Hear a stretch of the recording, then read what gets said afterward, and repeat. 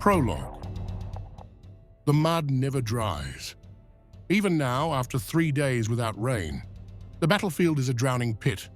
Layers of ash, shattered iron, and churned corpses mashed into a slurry so thick it can swallow a man to the waist. Overhead, the sky hangs low and colorless, smoke-stained, humming with distant artillery like some dead god's heartbeat. Sergeant Mathis Dunlow hauls himself over a collapsed tank hull and lands in muck that grabs at his boots like claws. His breath curls out in harsh plumes. His hands are raw from wrenching open frozen gear lockers. His sidearm is jammed. He's alone. The rest of the squad was shredded somewhere east, over the ridge, past the blood-slicked trench they'd tried to breach. German mechs had come down from the rise like steel wolves, fast and impossibly quiet. Now, silence, or nearly. In the fog ahead, something groans, a mechanical sound, slow, intentional, like a giant exhaling through its teeth. Dunlow drops low. Crouched behind what's left of a field cart, he watches the mist. A shape emerges. Not walking, rolling. A German mech, sleek and four-legged, almost insectoid in motion, drifts across the field like it's skating. It's painted matte charcoal, angular, with a thin blue line burning across its forward visor. There's no cockpit window, just armor and motion. It stops. Something clicks. Hydraulic whine. A turret arm lifts, scans, lowers. It's hunting. Dunlow's breath catches in his throat. Then another sound, opposite direction. Behind the hill of slag, heavy, too heavy, he shifts, riskily. Something else is coming, and it's walking. Thudding. Each step lands like a pile driver, rattling the metal shards at his feet. Steam blooms over the ridge, spilling down like stage fog. He sees a silhouette, massive, squared shoulders, fists like wrecking balls. The German mech turns, startled, whines, adjusts stance. Too late, the second figure barrels through the fog, an Allied mech, twice the size of the first. It's ugly, broad-chested, tracks where its legs should be, steam vents on its back like chimneys. Its paint is a rushed smear of olive drab, barely dry. A white star burns over the chest plate. It doesn't hesitate. Its arm lashes out, faster than it should be able to, and catches the German mech across the thorax. Armor folds like paper. The German pilot ejects too late. His escape pod ricochets off a twisted strut and vanishes into the mud. Dunlow watches as the Allied mech pauses over the wreck. Breathing again, steam hisses from its spine. Its fists unclench. Then it turns and begins marching west toward Dunlow. He doesn't move, can't. The visor slit on the Allied mech is red. Diamond soins, but there's something behind it. A glow. A gaze. It passes him, never pauses. But Dunlow swears. It saw him, and chose not to kill him. The war, they'd told them, was supposed to be almost over. But watching that machine vanish into the fog, Dunlow knows it's just getting started. The whistle didn't sound like it belonged. It didn't howl like artillery, didn't screech like a dying mech. It was sharp, shrill and thin, carving through the frostbitten air like a scalpel. Lieutenant Jonah Kessler, opened one eye from under his oil-streaked blanket. He blinked up at the canvas ceiling of the command dugout, unsure if it had been real. The whistle blew again. He sat up this time. "Train," came a voice from the far corner. Corporal Hannigan, flat on his cot, rifle across his chest, hat pulled down over his eyes. "Haven't heard one of those in weeks." Kessler didn't answer. He swung his legs over the edge, boots landing in a puddle of freezing water. The floor was half ice, half rot. His coat, folded across a crate, was stiff with dried mud and burned ash. He threw it on anyway. Another whistle. Longer. Closer. "Read," Kessler barked, stepping into the trench corridor. "I'm up," came the reply from somewhere near the latrine. "I thought we were cut off from rail supply." "We are," Hannigan muttered, dragging himself upright. Kessler climbed the wooden ladder up to the lip of the trench. The sky above was the color of old teeth, washed out and yellow-gray, bruised with soot. Cold wind cut across the outpost like razors, pulling mist off the valley floor in long white strands. In the distance, through the smoke and early fog, came the sound again, deep now, chuffing, a rhythmic metallic grind. A train, no doubt about it. But it wasn't moving like any supply train he'd seen. It rolled slow and heavy, each car clad in riveted plating and bristling with mounted armor like some great steel centipede dragging itself through the dead trees. No escort, no signal flags, just smoke and motion. The rest of the units surfaced one by one. Reed, still chewing on the end of a cigarette. Cito, rubbing sleep from his eyes with grease-black fingers. Hannigan, carrying his field binoculars like they were made of glass. The train creaked to a halt, about 200 yards from the southern trench face, its massive wheels steaming in the muck. "I don't like this," Cito said, glancing at the others.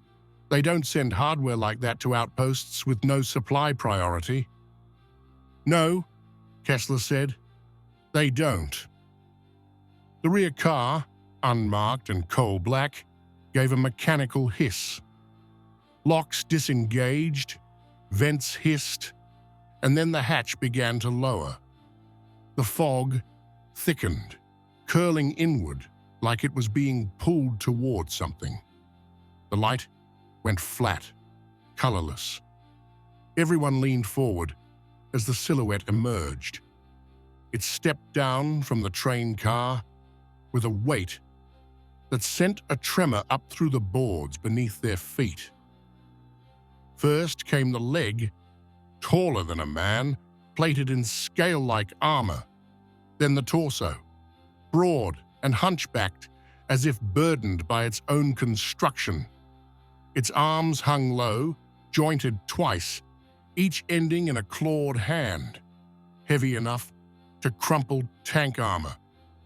Its head was nothing more than a wedge with a single slit across it, like the eye of a lighthouse, burning a dull, inactive red. It paused there, just off the train, as though surveying the place. No unit insignia, no paint, no welcoming officers. Then, with a low clunk, something dropped from its chest.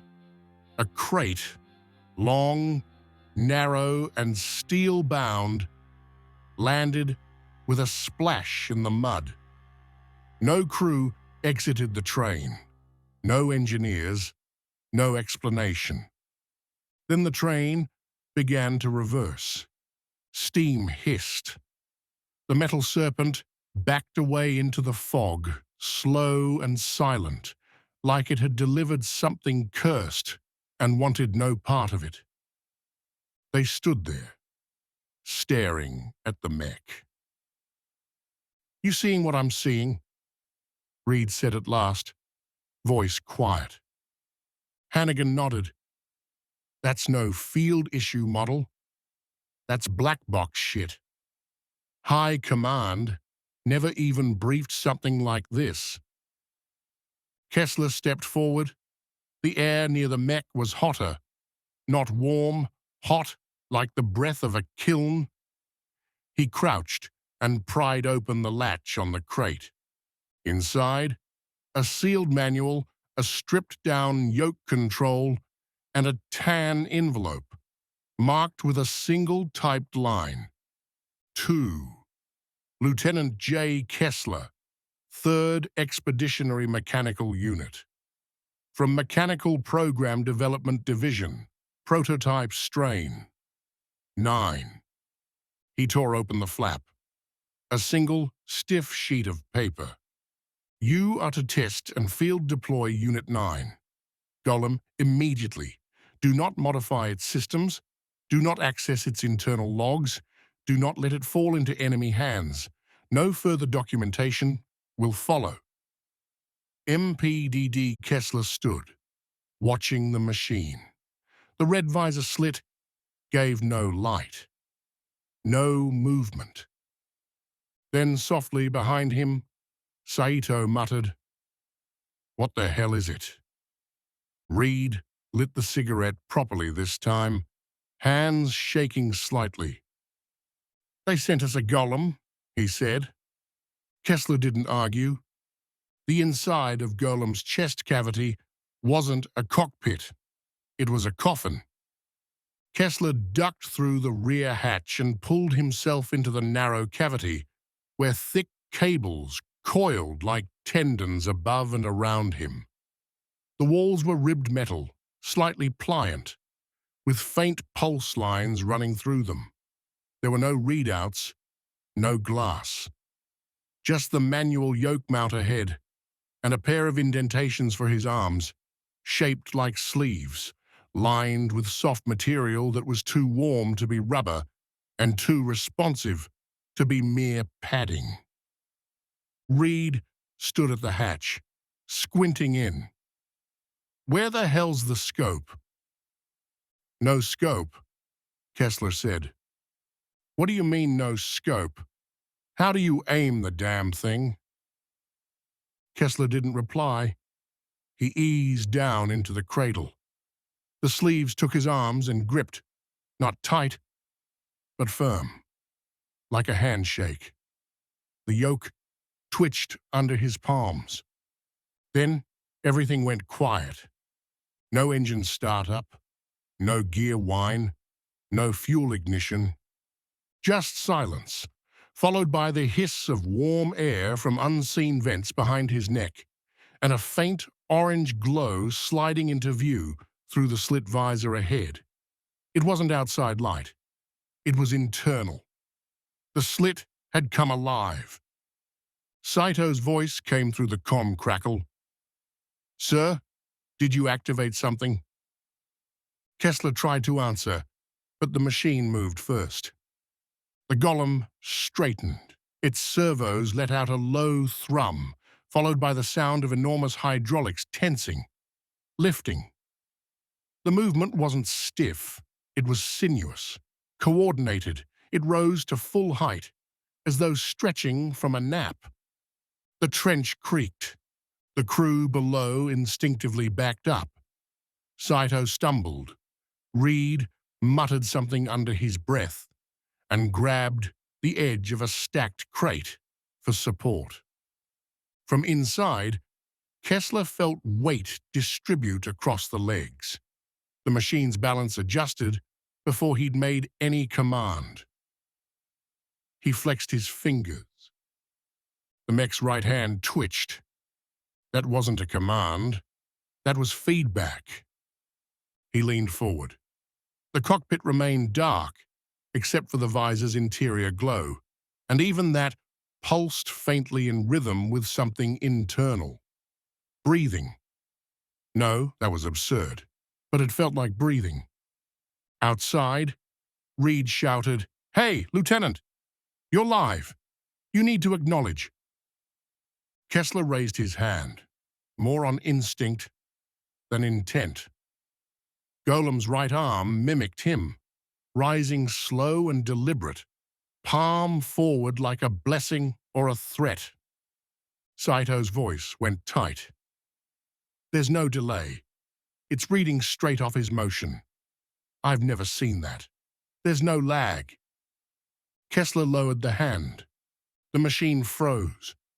Not powered down, not idle, just still. He sat inside it, staring through the slit visor at the bleak, grey sky ahead. He hadn't driven it. It had met him halfway. Kessler exhaled. His breath fogged. But the cockpit wasn't cold. The cradle released his arms with a soft, hydraulic sigh. He climbed out to find Reed, waiting below, with a look that hovered somewhere between awe and fear. "Tell me that thing is programmed," Reed said. "Tell me it's following some kind of override logic." Kessler didn't answer. Instead, he looked up at the machine, its head cocked ever so slightly, as if it had followed him out and was now watching. Watching. The orders came faster than usual. Barely an hour had passed since Golem's activation before a courier on a sidecar bike sloshed into the outpost. The paper was damp, torn at the corners, and marked with 2 red stripes. Immediate action. Kessler read it under the flickering trench lamp while the others waited. Silence broken only by the distant drumbeat of shells. "Trench sweep," he said. "Immediate deployment. Brett's Hollow." Reed frowned. "They're out of their minds. That stretch is mined like a bastard, and the Germans just reinforced it." "They know?" "No way they know what this thing can do." "They're guessing," Hannigan said, folding his arms. "This is a live fire test. We're the rats." Kessler didn't argue. Saito was already checking fuel lines, rerouting one of the backup valves to ensure pressure wouldn't drop. "They want a breakthrough, no doubt about that. High Command must be betting this thing can punch straight through." Kessler eyed the map again. Brett's Hollow wasn't just any trench line. It was where the last 2 offensives had crumbled. Dozens of wrecked machines still littered the field. Whole squads had vanished into those dugouts. He glanced out at Golem, still standing exactly where he left it. Head slightly lowered, arms hanging at its sides. Quiet. It hadn't moved in hours, not even twitched. But the fog around it never settled, always curling, always shifting. "Saddle up," he said. "We roll at dawn." They rigged Golem for breach. The mech's crushing arms were swapped out with heavier attachments, one a blunt force battering ram that hissed when it rotated into place, the other a clawed excavator with deep gouges in its housing. Saito added a front plate spatter shield meant to absorb debris and shrapnel. Not elegant, just survival. At first light, the fog hadn't lifted. It had gotten thicker. They assembled in the trench, Kessler in full harness, his breath ghosting the air. The others, faces drawn tight, checked their gear in silence. There was no briefing, no promises, just boots in muck and the hiss of pressurized steam from Golem's chassis. Reed adjusted his helmet and looked at the looming machine. "It really going to lead the charge?" "It's not following us," Kessler said. He climbed the hatch ladder. The mech's rear panel opened with a hiss and a grind. Kessler slipped inside, settling into the cradle again. It was warm. Too warm. The walls exhaled faintly. The yoke accepted his hands like a familiar grip. He flexed his shoulders, and Golem responded before the motion finished. A low hum filled the cockpit. He could feel the earth under the feet, could sense the fog against the visor like static. He didn't give the order to walk. He just leaned forward slightly. And Golem stepped. No man's land opened in front of them like the mouth of a starving thing. The fog was thicker here, oily, chemical, tainted by months of gunpowder and charred bone. Kessler guided Golem forward, step by grinding step, until they cleared the outpost perimeter. The machine's feet squelched through cratered ground. The trench rollers spun with a hungry whir. Behind him, his crew followed at a distance. Reed, Hannigan, 2 gunners, and a signal runner. Just enough for a forward push if the breach held. But all eyes were on the Mech. The first line of barbed wire came into view, 3 coils deep, rusted and sharp. Golem didn't pause. The rollers tore into the wire like paper, the strands whipping and curling away, screaming against the iron. Kessler barely touched the controls. The Mech knew what to do. Kessler, Saito's voice crackled over comms. Your gate timing is ahead of projection, way ahead. You're accelerating. Not intentional, Kessler said, jaw clenched. It's anticipating me. What does that mean? Anticipating? Gunfire erupted from the right. Tracer rounds cut the mist, thin lines of red light spitting from a bunker window up ahead. The bullets pinged off Golem's armor in tight bursts. Kessler ducked. Reflexively, he couldn't help it, but Golem didn't flinch. It twisted left, raised one massive arm, and drove its fist into the pillbox like a pile driver. The concrete exploded inward. Screams. Then nothing. Jesus, Reed murmured on the comm. That was too clean. More fire from ahead. Another bunker, this one with dual-mounted MGs, opened up across a clearing. Kessler gripped the yoke tighter. He tried to ease Golem left, swing wide around the kill zone. Instead, the Mech sprinted. It moved like it was starving. 2 strides, and it was across the clearing. The claw arm reared up and came down with a sickening crunch, collapsing the nest in a cloud of smoke and blood and gravel. The cockpit vibrated, not from impact, from feedback, from force. Kessler felt the weight of what he'd just done, pulsing through the yoke and up his arms. The Mech was trembling, not with damage, with anticipation. He caught his breath and tried to slow it. Steady. Hold. Let the team... The machine's left leg buckled low, like a sprinter adjusting balance. Then it lunged again. German soldiers scrambled into view. Young. Thin. Panic in their eyes as they saw the Mech charging. They broke, fled through the trench line. One fired a pistol that did nothing. Another tried to duck behind a wrecked crawler tank.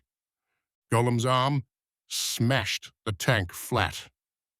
The soldier beneath it didn't scream. Kessler swallowed hard, sweat stinging his eyes. Command, he said into the mic. This is Lieutenant Kessler. Unit 9 has breached enemy trench line at Brett's Hollow. Pillboxes neutralized, minimal resistance remaining. He waited for confirmation. Only static replied. Then, a breath. It was there again. Inside the cockpit, software close, just behind his ear. He spun. There was nothing. No second pilot, no speaker, no comm loop. The breath was gone, but the warmth remained. The return was slower, not because of damage, though Golem had taken hits, but because Kessler was fighting it now. Not physically, not with the yoke. He was trying to reassert control, to feel like a pilot again. But each step Golem took felt deliberate, self-directed. The fog had thinned. The battlefield behind them looked like hell freshly sealed over, smoking craters, twitching bodies, snapped tree stumps jutting like ribs from the ground. Allied troops were emerging now, cautious and pale, boots squelching as they followed the mech's deep footprints. Inside the cockpit, Kessler kept glancing at the sensor readouts, even though there were none. Just heat feedback and pressure relays. Everything was analog. Yet he swore he could feel resistance. Not friction, resistance. As if something inside Golem was choosing how much of itself to let him use. The outpost came into view through the cracked slit of the visor, sandbag walls, hunched figures, lights flickering in the mist. As Golem approached the trench mouth, its left leg made a deep, grinding noise. Metal on metal. Kessler winced. It wasn't pain, just a resonance that hit the back of his skull like a tuning fork. The kind of sound that wasn't heard so much as felt. The machine took one more step and stopped. Mid-stride, frozen in place. Kessler tapped the yoke. Nothing. He lifted his hands. The cradle unlatched silently, but the cockpit stayed sealed. No alarms, no error codes, just silence. He climbed out. The air outside was colder now, bitter. Steam hissed from Golem's spine vents as if it were exhaling for the first time all day. Reed, Saito, and Hannigan gathered near the mech's feet, their boots black with battlefield slurry. None of them said a word for a long beat. Then Saito finally muttered, "It shut down before I could finish diagnostics." "It didn't even power cycle," Reed added, not taking his eyes off the machine. "Just quit." Kessler didn't speak. He walked a slow arc around Golem, eyes scanning the armor. The olive-drab paint was shredded along the arms. Bullet scars pockmarked the thighs. One claw still dripped what looked like oil, but smelled wrong, like burnt rubber and wet iron. But the white star on the chest was still visible. Barely. He stopped directly in front of the mech and looked up at the visor slit. Nothing stared back. Then, hiss! A whisper of steam from the side panel. But it wasn't random. It was soft, measured, like breath passing between clenched teeth. Kessler's heart pounded. He stepped closer, and the visor flashed. Just once. A faint red flicker, gone in an instant. The others didn't react. They hadn't seen it. Kessler turned away. "I want it secured," he said. "No one touches the yoke but me. No one logs anything without my say." Hannigan nodded. Saito hesitated, then followed. As the crew scattered to set up a perimeter and tarp the mech for repairs, Kessler lingered a few seconds longer. The fog curled around the mech's legs. The slit visor stared forward, dark. But for just a moment, he was sure it was still watching him.